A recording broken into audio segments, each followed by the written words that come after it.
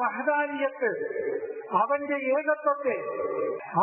ഏകത്വത്തെ മാത്രം പറയുന്ന ജ്ഞാനം പോലെ ഞങ്ങൾക്ക്. അതാണ് മണ്ണെടുത്തവനാണ് മോമിൻ. അള്ളാഹുവിന്റെ മണ്ണ് സെൽവ എന്ന് പറയുന്നത് നമ്മുടെ ദുഃഖവും വ്യസനവും സങ്കടങ്ങളും നമ്മിൽ നിന്ന് ഇല്ലാതാക്കാനുള്ള നമ്മുടെ അറിവുകളാണ് സെൽവ. ഈ കുട്ടികൾക്ക് വരെ സെൽവ എന്ന് പേരുണ്ട്. ആശ്വാസം എന്നാണ് അതിന്റെ അർത്ഥം. അത് ഇന്റെ വക പറയല്ലോ. നിങ്ങൾ ഇനി ലിസാനുൽ അറബ് വേണ്ട, ലുഗത്തുൽ അറബിന്റെ ഡിക്ഷണറി എടുത്തു നോക്കിയാലും സെൽവയുടെ അർത്ഥം ആശ്വാസം എന്നാണ്, അല്ലാതെ കട്ടിത്തേനല്ല.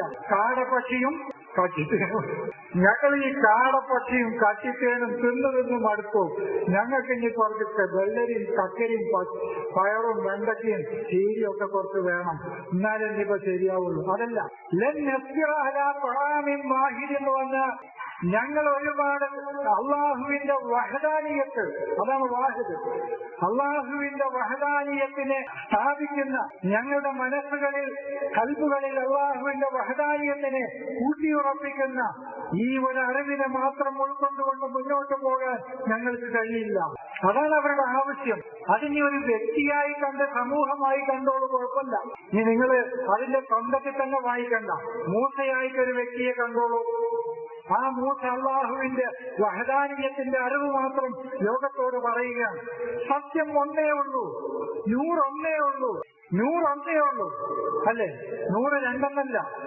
എവിടെയെങ്കിലും ഖുർആനിൽ അൻവാറുണ്ടോ? നൂറൈനിയുണ്ടോ? ഇല്ല. ബാക്കിയൊക്കെ 2ആണ്. പക്ഷെ 100 ഒന്നേ ഉള്ളൂ. അള്ളാഹുവിന്റെ വഹദാനിയത്തിൽ നിന്ന് അഹദിലേക്കുള്ള മനുഷ്യന്റെ യാത്രയാണ് ഖുർആൻ. ഈ വഹദാനിയത്തിന്റെ അറിവിലൂടെ സഞ്ചരിച്ചിട്ട് വേണം അള്ളാഹുവിന്റെ അഹദിയത്തിലെത്താൻ. അതാണ് ഖുൽ ഹുവല്ലാഹു അഹദ്. എന്താണ് അത് അങ്ങനെ പറഞ്ഞാല്? നിങ്ങൾ അങ്ങനെ പറഞ്ഞാൽ ഞങ്ങൾക്ക് മനസ്സിലാവൂല. വാഹിദിന്റെ ലോകം എന്ന് പറഞ്ഞാൽ വൈരുദ്ധ്യങ്ങളുടെ ലോകമാണ്. അവിടെ നന്മ തിന്മകളുണ്ട്. റഹ്മാൻ നമ്മുടെ ഉള്ളിലുണ്ടാവുമ്പോ നന്മ തിന്മകളുണ്ട്. നമ്മളിൽ നെഗറ്റീവും ഉണ്ടാവും, പോസിറ്റീവും ഉണ്ടാവും. റഹ്മാനിയത്തിന്റെ ലോകത്താണ് നമ്മളെങ്കിൽ. അതാണ് റഹ്മാനാണ് വാഹിദ്, അള്ളാഹു അഹദാണ്. ഇതൊക്കെ അവള് വെറുതെ ഈ മുസ്ലിമിന് വെറുതെ പറഞ്ഞതല്ല. റഹ്മാനെ പറയുമ്പോ വാഹിദും അള്ളാനെ പറയുമ്പോ അഹദും വെറുതെ പറഞ്ഞതല്ല. അപ്പോ അഹദീയത്തിലേക്കുള്ള മനുഷ്യന്റെ യാത്ര എന്ന് പറഞ്ഞാൽ അവിടെ വൈരുദ്ധ്യങ്ങളില്ല. അതാണ് അഹദീയത്തിലേക്കുള്ള യാത്ര. അവിടെ അങ്ങനത്തെ ഒരു സ്റ്റേജിൽ എത്തുമോന്ന് ചോദിച്ചാൽ എനിക്കറിയില്ല. മഹാന്മാരായ വല്ല സൂഫികൾ എത്തിക്കണമെന്ന് എനിക്കറിയില്ല. അള്ളാഹുവിന്റെ അഹദിന്റെ ലോകത്തിലേക്ക് എത്തും.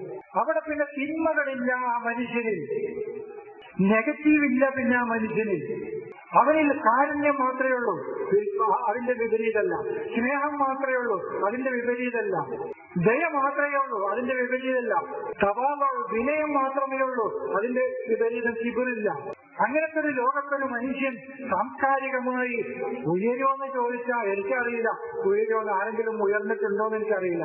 അതാണ് അള്ളാഹുവിന്റെ ഖുൽ ഹുവല്ലാഹു അഹദ് എന്ന് പറയുന്നത്. ആ അഹദിയത്തിന്റെ ലോകത്തേക്ക്